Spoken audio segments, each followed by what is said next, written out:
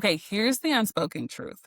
Trying to look relevant is making your brand look old. Not every brand needs to chase the next generation. A lot of brands do not have a relevance problem. They have a clarity problem. But the real question is not, how do we get the next to like us? It is, does this brand honestly know who it is for? And can the right generation see themselves in it? I love that. So, yeah, but this post going around that says they already know that friendship is the funnel. They're coming up in this space that gets what Instagram influencers or TikTok is. They know that it's fake. They know that authenticity isn't authentic. That word has no meaning to them, but they don't care. They don't care because they already know there's no trust to betray. And so I've been thinking about this so much, and the concept of authenticity, which is a word that I already kind of didn't vibe with anymore because it's been so overused.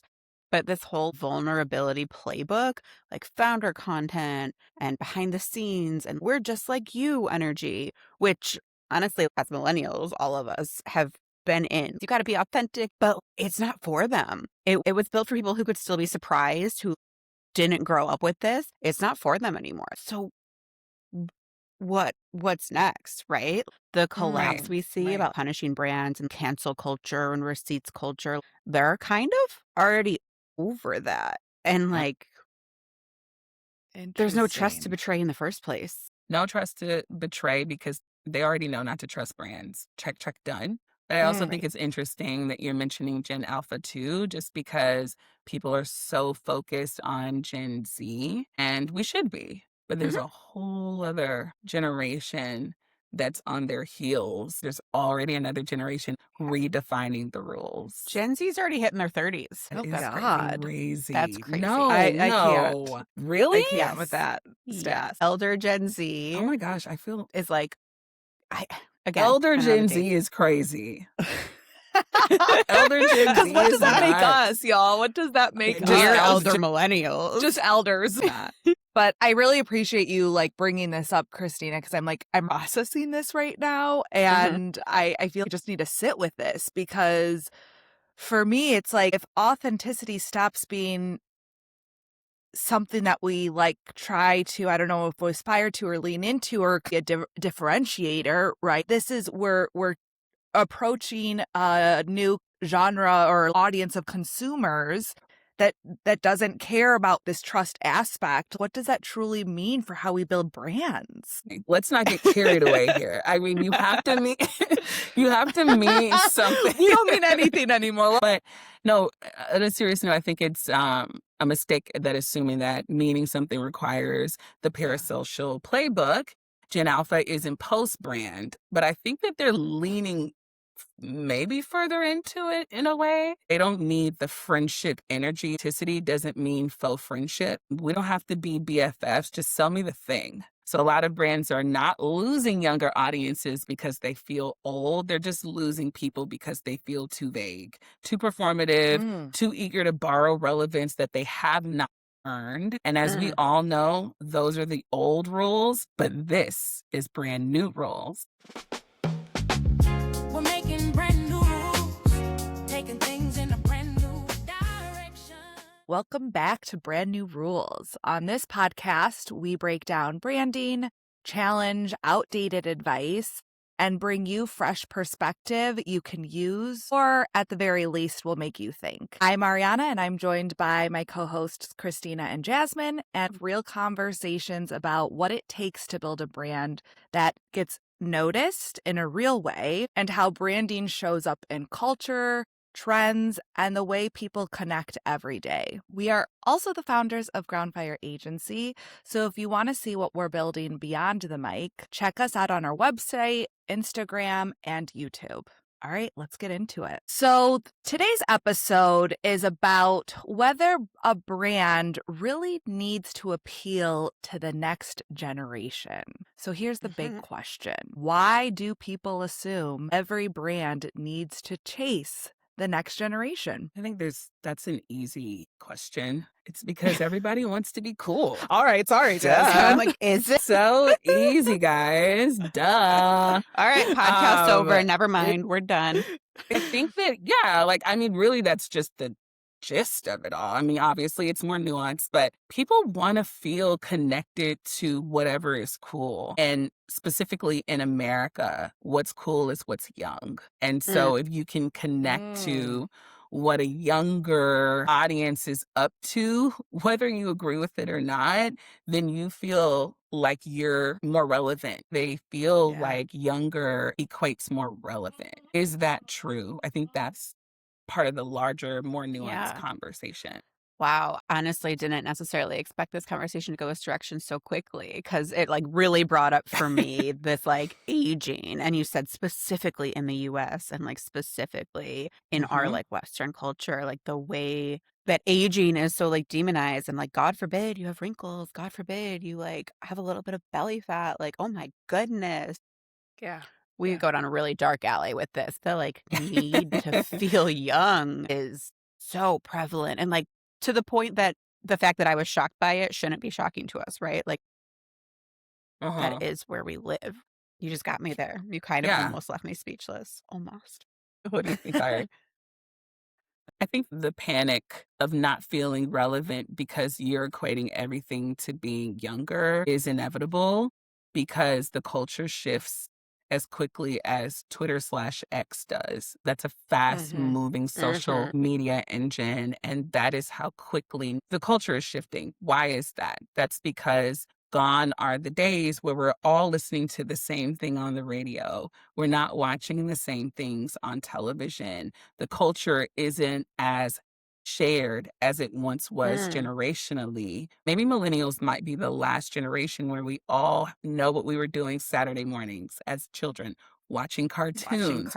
We all cartoons. Yeah. wanted the same Yep. dolls. We all were listening to the same music. Even if you were listening to different genres, and I dipped my toe over to rock music, I knew which artists you were listening to. If you Mhm. dipped yours over to hip hop, you knew which artist I was talking about.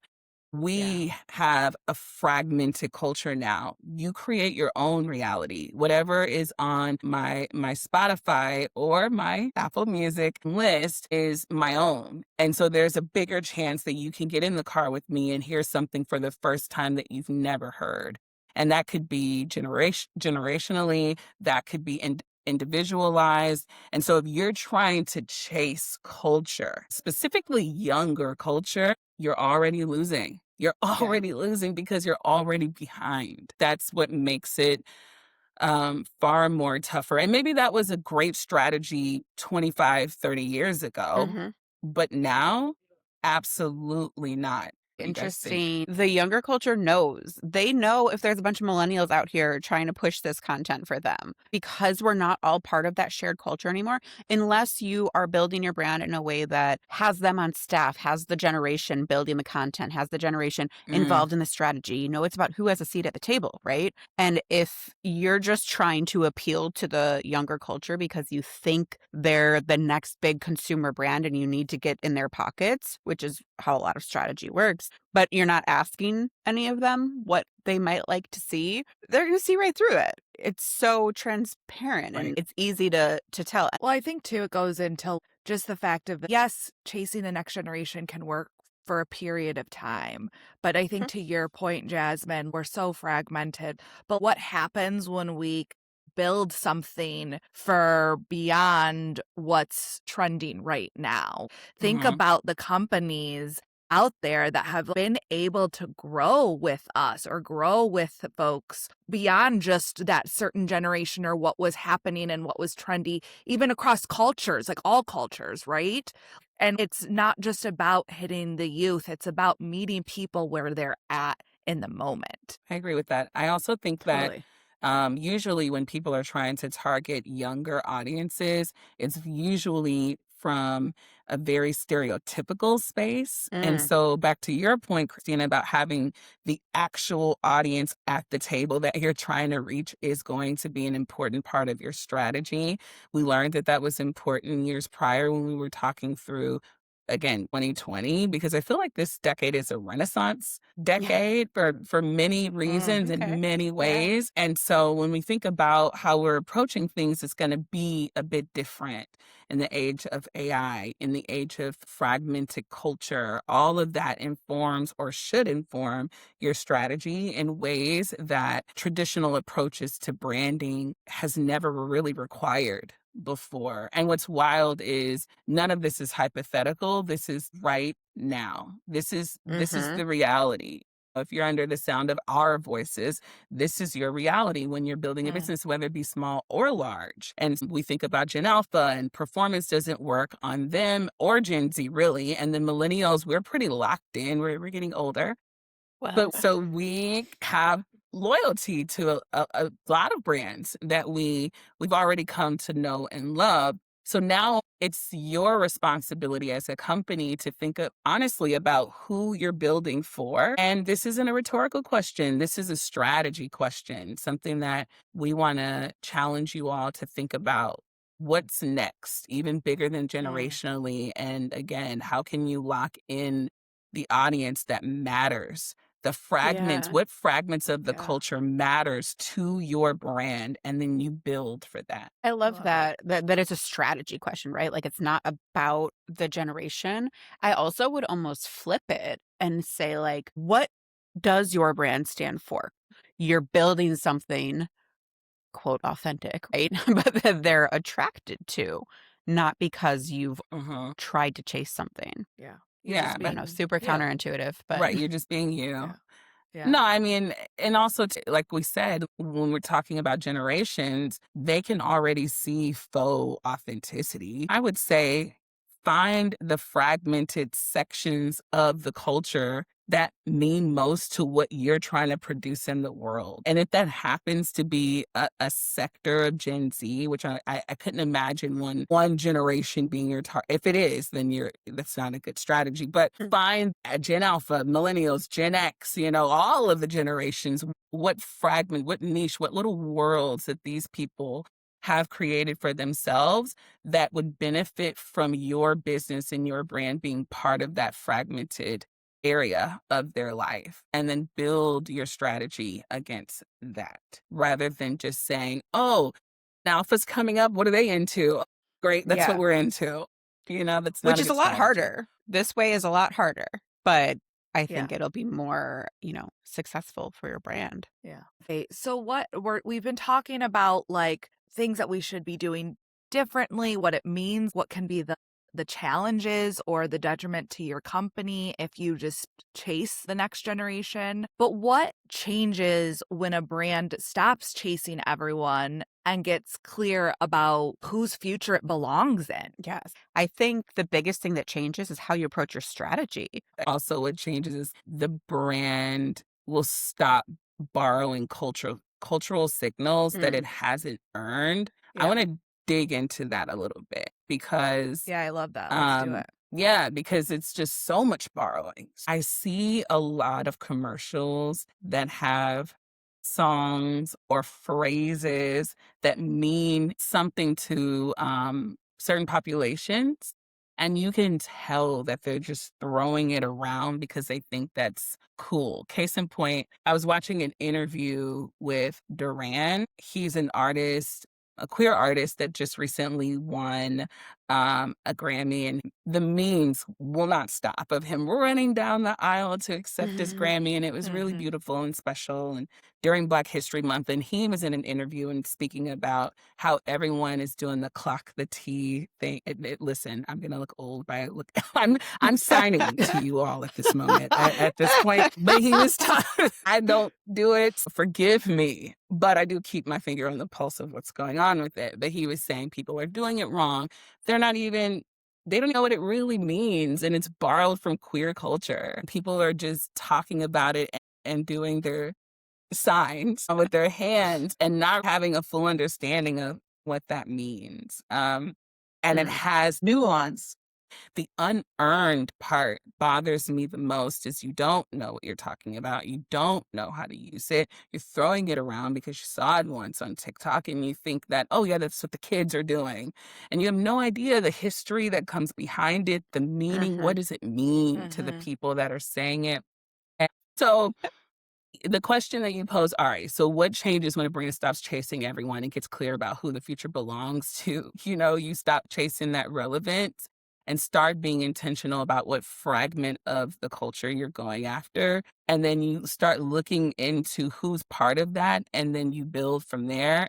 Yeah, I would agree. And it just feels easier to be part of to go back to this culture thing.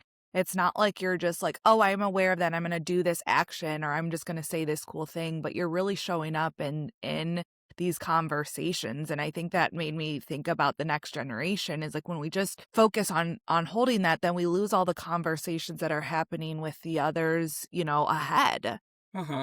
And I think that when, again, going to that point, when we're able to grow with folks, right, that sustainability piece comes in, and then we can do it more effortlessly and participating with these conversations, because I feel like that's something that is important now than it has been before with brands, is how are they participating in conversations that are currently happening? Yeah. And Yeah. Participating actively, exactly. not borrowing, Exactly. not stealing. This might seem out of left field, but I swear it's relevant. So I've been thinking a lot about Abercrombie lately, which is like old school brand for me, right? As an elder millennial, whatever Yeah. we're calling ourselves. So last year, I bought a tube top from Abercrombie and it fit super well and it looked cute. And then my friend recently bought a pair of jeans that she's going to wear before she's pregnant. I'm also there. Abercrombie's been back in my radar, which is weird for me because when I was young, Abercrombie was like unattainable for me. It was something that you did to be cool. And it was the shirtless models. And it was a brand that I most Standing of in the the time front of the couldn't afford. stores. Yeah. So I did a little digging because I was like, what's going on with Abercrombie? Why is this back on my radar? I haven't thought about Abercrombie in 20 years. What is happening? And so I did some research and it turns out that in 2000, I think it was 16. Yeah, in 2016, they were named the most hated brand in America. Yeah. Did you all watch The most that hated Netflix brand. documentary? Yes, that's what I've been thinking about this That was a whole good time. one. No, I do want the story because, yeah, I just did like a little bit of research. So they started out as a hunting and outdoor brand, which I knew because my really good friend's dad used to wear them. And he's like, why is this the cool brand now? And he was like very upset about it. But then they like had this huge downfall after, their dark stores, their cologne and the shirtless models and whatever, when we all grew up and realized that maybe that wasn't it. Yes. But then in 2016, they have a new CEO, a woman. Shock. She knows what she's doing. Yeah. Anyway. That was the era for that. Remember? Time's Up and all of that. Yeah. That Yeah. tracks. Yeah. So they got a new CEO and they came in and just instead of chasing the nostalgia cycle, which again, right now, if Abercrombie had chased nostalgia, they could be killing it because Y2K, all those styles are back. It's back. The young people care. They could be doing it, but instead their strategy was double down with the people who grew up with us. We're going to appeal to those millennials that were wearing zip-ups back in 2006. We're going to, we're going to grow with them and see what they want and appeal to them. And we're in our 30s now. We're all grown-ass adults, not trying to rock the smallest jeans we can find. They dialed in on who they wanted to be and what audience fit into that. And in 2023, their stock went up 285% after being the most hated brand in America. Wow. So it's been on my mind. And so I wanted to pose the question to both of you. Is there a brand that either you still rock with and are like, they've grown with me, they've been amazing out? Or on the flip side, is there one kind of like Abercrombie for me that you like fell off with and now is like coming back? You're like, oh, interesting. I can see you. Well, I am not loyal to any brand, famously, Anti-millennial. And I say that because I'm not, I've never, like, I will get a whole new toothpaste. I switch it up every time I'm in a store. I rarely shop at the same places. And I remember some strong brand loyalty in my home growing up. There was just never any deviation from many things that my parents were purchasing. And I remember picking up on that and thought, there's other things to try out here. Colgate. I'm done. I've moved the Colgate now and back. It just depends on the day of the week and what they say on the packaging. I am However, a sucker for great packaging. When I'm thinking about this, I was going Mhm. back to a time and period in my life and brand that I genuinely grew up with. And I would have to say Nike. And I'm not Oh, like a I big forgot about athlete or Nike. sports person. When I was younger, I definitely saw them as the sport brand, and it was all about performance and hustle and motivation. Now I feel like they've shifted in speaking to identities and the culture and values. I feel like they're one of the companies out here who lean into what we preach at Groundfire, which is values forward and the impact of that. And they're really more about athletes now in terms of self-expression, right? And I think the fact that I'm not an athlete by any means, but I think I resonate with them and I still rock them because of their consistency with their classic look and just how they're really good about engaging everyone beyond the athlete to me. That's really nice. It also just made me think of Adidas. Okay, so I just thought about them. Adidas too, I like Adidas. 100%. I just, Yes, but and I I was wasn't. just like, they Yeah, were right there with me. Like, I think I've Adidas. been Yeah, rocking Adidas more, and it's kind of nostalgic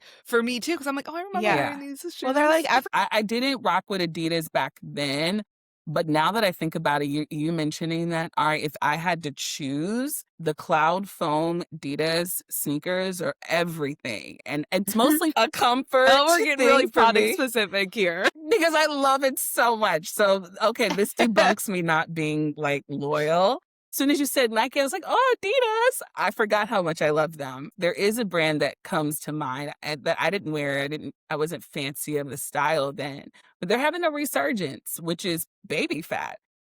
Mm. Kimora Lee My Simmons, or goodness, actually it was Straka yes. Simmons, Kimora Lee. She bought our company back. She's revamping it. Apple bottom jeans. Yes. Yanelli repurchased his company. I'm thinking about those particular companies that are coming back that meant so much to the culture at the time. You know, from what I've gathered, when they speak about revamping these brands, they want to reintroduce this to the crowd that loved them so much. And if it just so happens that Y2K fashion is a thing, I'm sure they thought through it, all of it. But they're aiming towards the millennials who loved it and have memories Yeah. attached to it and songs attached to it. These brands coming back for, you know, an older generation, whether it's millennials or Gen X or even boomers, where it's as you age, we stop chasing trends because we're more secure in ourselves. And you just said this, Adidas, you're like, I love that shoe. Is it the most popular? Probably not. You're like, I love that shoe because I'm a grown-ass woman and I don't care and I want to wear that shoe, right? I And I need think there's comfort. brands I need comfort, like, right? yeah. Exactly. And I think brands in their growth and evolution should try to envision that as well. As you grow and mature and become more confident in yourself, aka confident in your brand, you should be able to lean into who you are and what you want to build for people who align with you rather than what the most young generation who only is chasing trends wants. I agree. Yeah. Brands are like humans. We're talking as brands that connected with us, brands that we grew up with. So that brings us to Pinterest. Y'all, if you've been with our podcast, this is our new little case study section. Yeah, this is something we're trying new. This is called the case study segment when a digital brand goes analog. Now we're getting real serious. So today it's going to be about Pinterest, all right? So Pinterest is a digital platform. We all know that. A mood board app, but it's one of the original visual social platforms. And right now it's in the middle of the most AI saturated moment in tech history, as we all are, as everything is. And they are betting on analog, physical, in real life IRL. So we're going to talk about what they did, why we think it's so cool, and really just dig in. So what did they do? Coachella just recently came and went, and they created an activation there called Manifestation Station, the physical fashion and beauty experience, not an ad. I really like an experience, right? Who doesn't Love like an experience? Don't we? This was a place where you had to physically show up, and there were no phones allowed, no content creation allowed. You had to truly be there, get this, revolutionary, unheard of, in the moment. Another thing that they did was host an immersive actor-led experience at Cannes Lions and CES, walking brand partners through Pinterest capabilities all in person. And so for their That's so cool. 2026 Pinterest Predicts campaign, for the first time ever, they also turned digital trend forecasts into in real life events. Some of those events were like a murder mystery night, a dinner party, a record player moment, physical things that were built from digital data, but not just an experience, but a living manifestation of what they're seeing happening online and then bringing it back to old school, AKA in real life, in person. So it's almost like, the It is. anti-influence, a huge moment to turn something that feels so reg and flip it back to old school. I think we'll probably start to see more trends happen this way, hopefully, and bring everybody back into the present. If we're going to bring Y2K back, this is the element that we've been missing. So then when rumors surfaced that OpenAI might acquire them, over 35,000 people signed a petition to block it, and the users are protective of what Pinterest is. That is brand equity, and that is also what we mean when we talk about being authentic, showing up in a real way. And guess what? The fragment of the culture that you connected through this experience and your continued way of being authentic has people feeling so connected to your brand that they're signing petitions because they're like, no, we want that in-person feel. So Pinterest didn't just chase Gen Z by trying to look younger, keeping that influencer culture that we always talk about, influencer culture, and they didn't rebrand. They looked at what their audience wanted. 84% of Gen Z and millennials want the best of the digital and the physical worlds. And they built towards using that same identity that they've always had, aspiration, vision, and what could be. It's not reinvention. They found clarity and used a new medium or arguably an old medium to showcase it. What do we think about that? I mean, I just love it. And I love it because I think it goes back to a brand really listening to what its people are craving. And I think right now, in this pivotal moment with the expansion of AI and us seeing what it could be, questioning what will happen, all of this stuff, I think people are craving this space to just be with people, all the chaos that's happening in the world. There's this sense of like people are wanting more community. And I think that Pinterest was hearing that because they've built this community and are like, all right, let's get off this platform and let's meet somewhere else. And I think that's beautiful. Yeah, I think it's really beautiful. In a world where everyone and everything is drowning in AI and everyone's racing to the top of this mountain, we think of that is AI that's constantly moving the goalpost about what's current, what's fresh, what's new. You better know this app, you better know this agent, you better learn how to build this. They took all of that noise, quieted it down, and then they read their room, not the industry's room. And I think that is the most important piece of this all. If you didn't catch anything that we talked about this entire episode, read your room. Know your room. Yeah, Love love that. room. Read your room. And I think what's really interesting about this Pinterest thing is none of us were there. I wasn't there. Literally none of us were at any of these events. And here we are talking about it because it's so different from everything else we've been seeing. You have an experience and it has been plastered with content all over the internet. You either know it's coming up or you're looking at all the content talking about, oh man, I wish I was there. None of us were there and we haven't seen any content from it because it doesn't exist.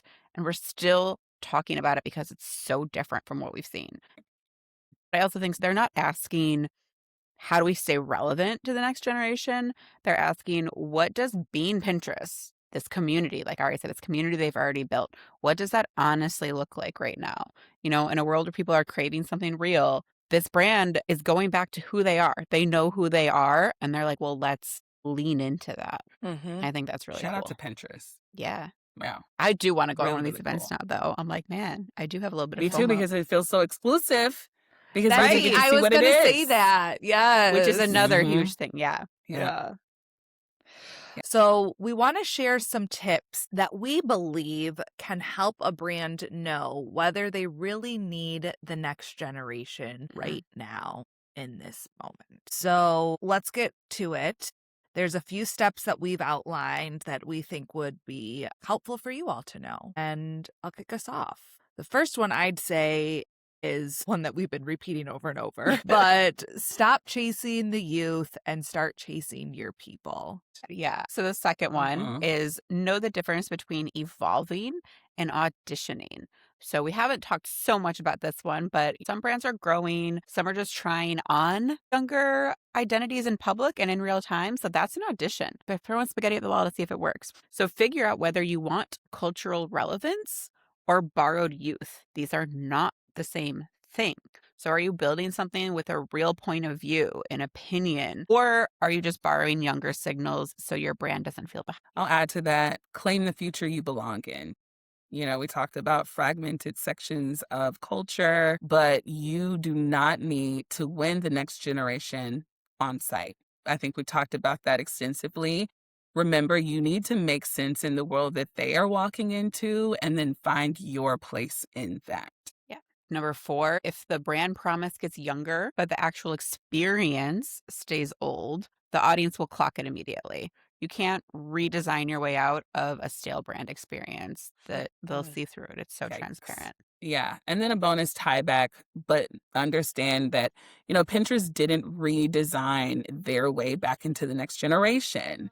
They just simply took what was community and cool back in the day that they knew would connect their audience and put it all in the same room. And that made it so special. Additionally, Abercrombie didn't nostalgia bait their way back into our lives, but they deepened what they already were. And that's the move. And what we're trying to let you guys know is the most important part of all of this. So, with all of that being said, we want to leave you with a brand new rule. And that is not every brand needs to look younger, but every brand does need to know whose future it belongs in, right? Chasing the next generation without clarity creates motion without any meaning. And that's something that we spoke a little bit about in our last episode. But the real job here is not to surface level, make changes to signal youth, right? It's to build a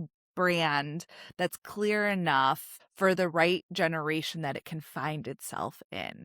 So thanks so much for listening, everyone. We really look forward to every other Wednesday with you all. And just follow us on Groundfire on IG, rate us on Apple Music and Spotify. Stars only, please. And send us to someone who you think may be trying to future-proof a brand, make it look younger rather than making it look clear. They need to hear this. Until next time, bye, y'all. Bye.